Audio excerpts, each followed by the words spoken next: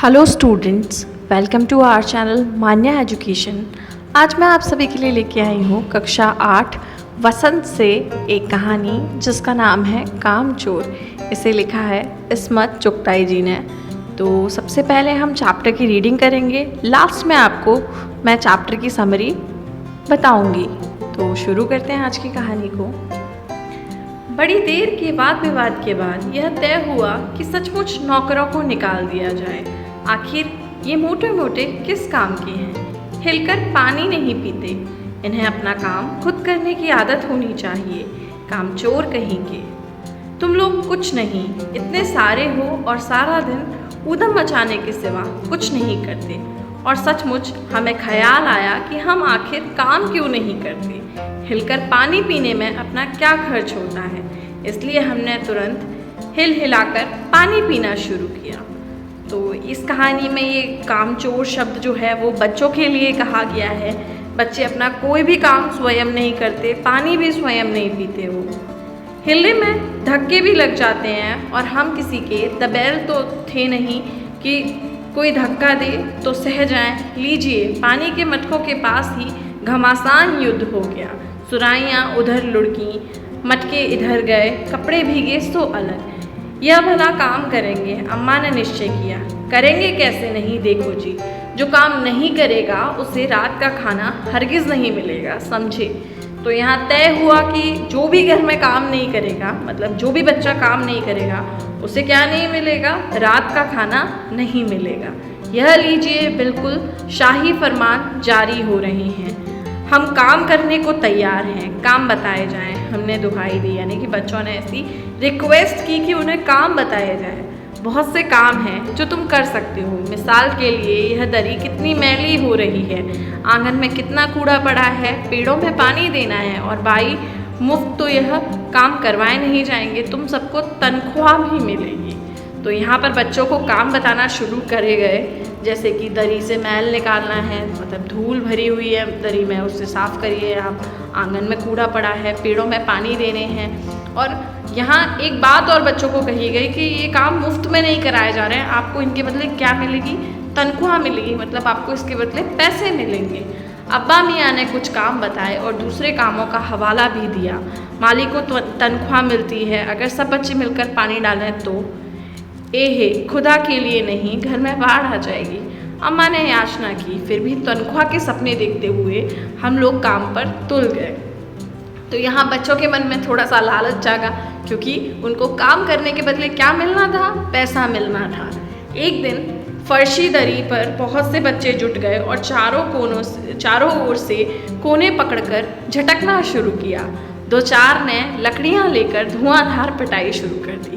सारा घर धूल से अट गया। खांसते खांसते सब बेदम हो गए। सारी धूल जो दरी पर थी वो फर्श पर थी, सबके सिरों पर जम गई, नाकों और आँखों में घुस गई। बुरा हाल हो गया सबका। हम लोगों को तुरंत आंगन में निकाला गया। वहाँ हम लोगों ने फौरन झाड़ू देने का फैसला किया। झाड़ू क्योंकि एक थी और तनख्वाह लेने की उम्मीद पर बहुत, इसलिए क्षण भर में झाड़ू के पुर्जे उड़ गए। तो अब यहाँ पर बच्चे झाड़ू के लिए झगड़ा करने लगे, क्योंकि उनको पता था काम करने के बदले क्या मिलेगी, तनख्वाह मिलेगी, मतलब उन्हें सैलरी मिलेगी। तो अब झाड़ू तो एक ही थी घर में और उसको लगाने के लिए बहुत सारे उम्मीदवार आ गए। तो इस वजह से झाड़ू टूट गई। जितनी सीखें जिसके हाथ पड़ी वह उनसे ही उल्टे सीधे हाथ मारने लगा। अम्मा ने सिर पीट लिया, भाई ये बुजुर्ग काम करने दें तो इंसान काम करे। अब ज़रा सी बात पर टोकने लगे तो बस हो चुका।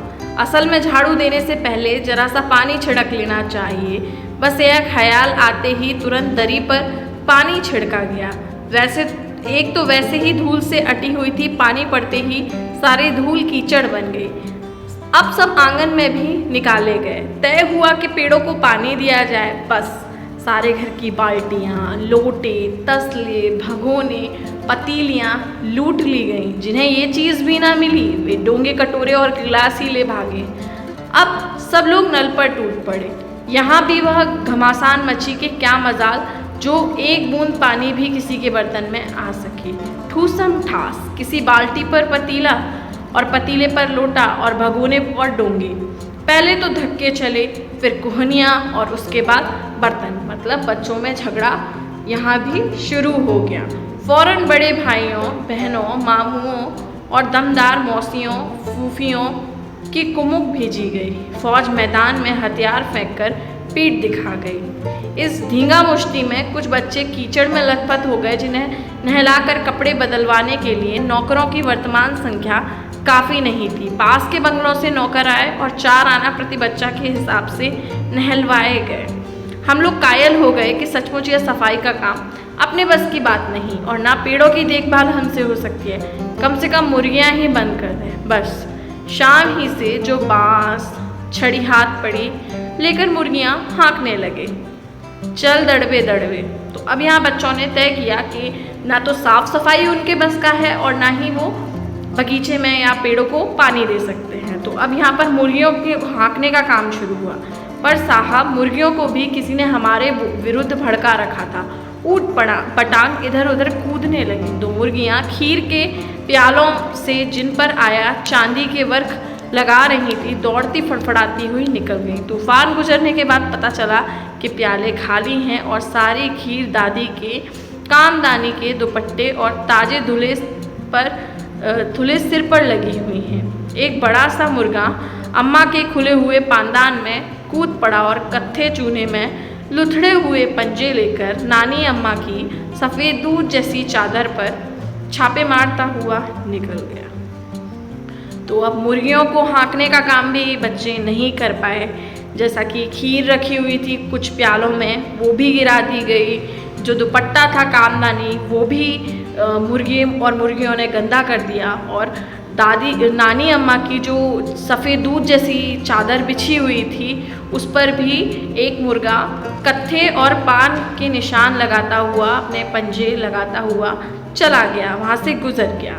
एक मुर्गी दाल की पतीली में छपाक मारकर भागी और सीधी जाकर मोरी में इतनी तेजी से फिसली कि सारी कीचड़ मौसी जी के मुंह पर पड़ी, जो बैठी हुई हाथ मुंह धो रही थी। इधर सारी मुर्गियां बेनकेल का ऊंट बनी चारों तरफ दौड़ रही थी, एक भी दड़बे में जाने को राजी न थी। इधर किसी को सूझी कि जो भेड़ें आई हुई हैं, लगे हाथों उन्हें भी दाना खिला दिया जाए। तो यहाँ मुर्गियाँ एक तरफ परेशान कर रही थी, तब तक किसी बच्चे के दिमाग में आया कि भेड़ों को भी दाना खिलाया जाए। दिन भर की भूखी भेड़ें दाने का सूप देखकर जो सबकी सब झपटी तो भागकर जाना कठिन हो गया। लष्टम पष्टम तख्तों पर चढ़ गई, पर भेड़ चाल मशहूर है, उनकी नज़र तो बस दाने के सूप पर जमी हुई थी। पलगों को फलांगती, बर्तन लुढ़काती, साथ साथ चढ़ी। तो यहाँ मुर्गियों को संभालना ही मुश्किल हो रहा था, वहाँ भेड़ों ने भी अब नाक में दम कर दिया। तख्त पर बानी दीदी का दुपट्टा फैला हुआ था, जिस पर गोखरी, चंपा और सलमा सितारे रखकर बड़ी दीदी मुगलानी बुआ को कुछ बता रही थी। भेड़ें बहुत निसंकोच सबको रौंदती, बैंगनों का छिड़काव करती हुई दौड़ गई। जब तूफान गुजर चुका तो ऐसा लगा जैसे जर्मनी की सेना टैंकों और बम्बारों सहित उधर से छापा मारकर गुजरी हो। जहाँ जहाँ से सूप गुजरा, भेड़ें शिकारी कुत्तों की तरह गंध सूंघती हुई हमला करती गईं। हज्जन माँ एक पलंग पर दुपट्टे से मुंह ढाके सो रही थीं।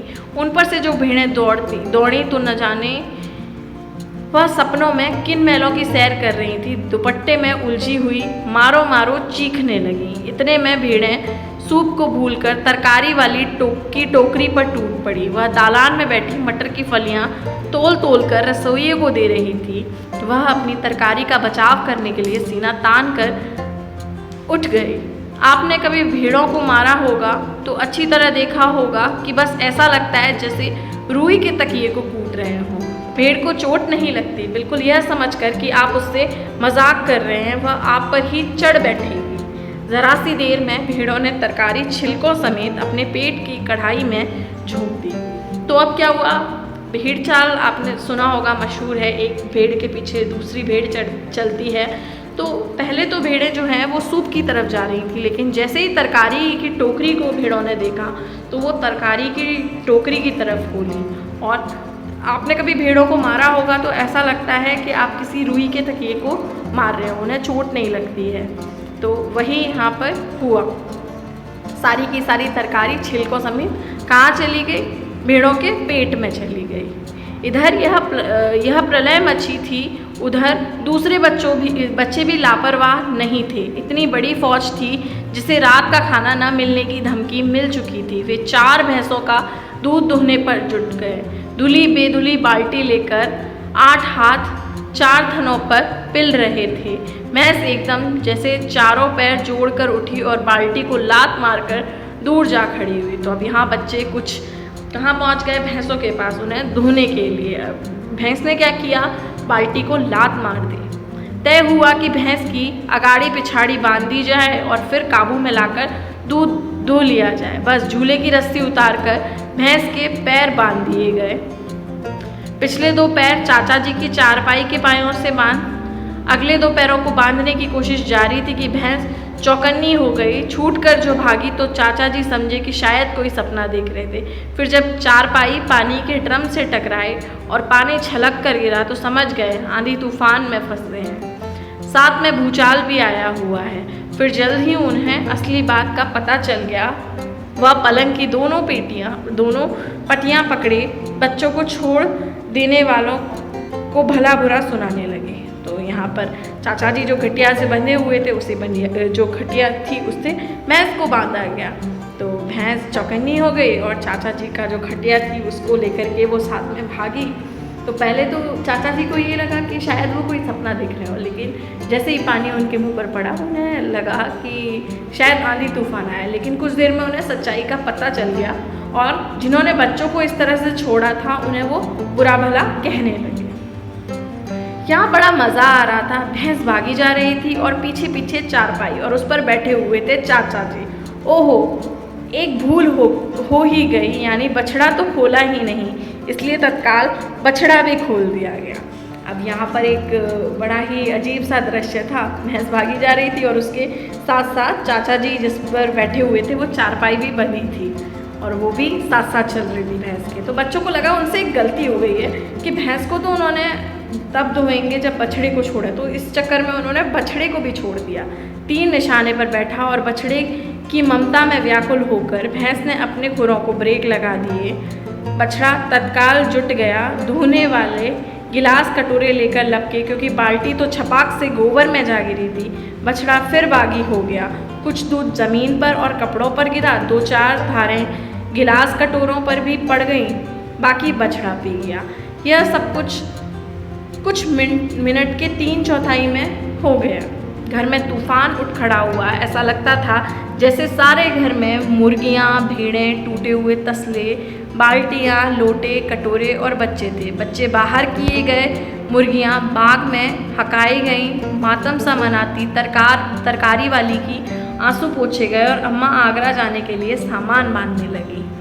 तो ऐसा कुछ दृश्य हुआ घर के अंदर जब ये सब तूफान शांत हुआ तब। या तो अब यहाँ पर अम्मा ये कह रही हैं, या तो बच्चा राज कायम कर लो या मुझे ही रख लो, नहीं तो मैं चली मायके। अम्मा ने चुनौती दे दी। अब अम्मा ने ऐसा कहा कि या तो इन बच्चों से ही सारे काम करवा लो या मुझे घर पर काम करने के लिए रख लो। और अब्बा ने सबको कतार में खड़ा करके पूरी बटालियन का कोर्ट मार्शल कर दिया। अगर किसी बच्चे ने घर की किसी चीज़ को हाथ लगाया तो बस रात का खाना बंद हो जाएगा। ये लीजिए, इन्हें किसी करवट शांति नहीं। हम लोगों ने भी निश्चय कर लिया कि अब चाहे कुछ भी हो जाए हिलकर पानी भी नहीं पिएंगे। तो यहाँ पर अंत में जो अब्बा जान हैं उन्होंने क्या फैसला किया कि घर पे कोई भी बच्चा कोई भी काम नहीं करेगा। अगर किसी बच्चे ने ज़रा सा काम किया तो क्या किया जाएगा? उनका रात का खाना बंद हो जाएगा। और बच्चों ने भी ये निश्चय किया कि अब वो हिलकर पानी भी नहीं पिएंगे। तो ये कहानी थी कामचोर, से लिखा है इस्मत चुगताई जी ने।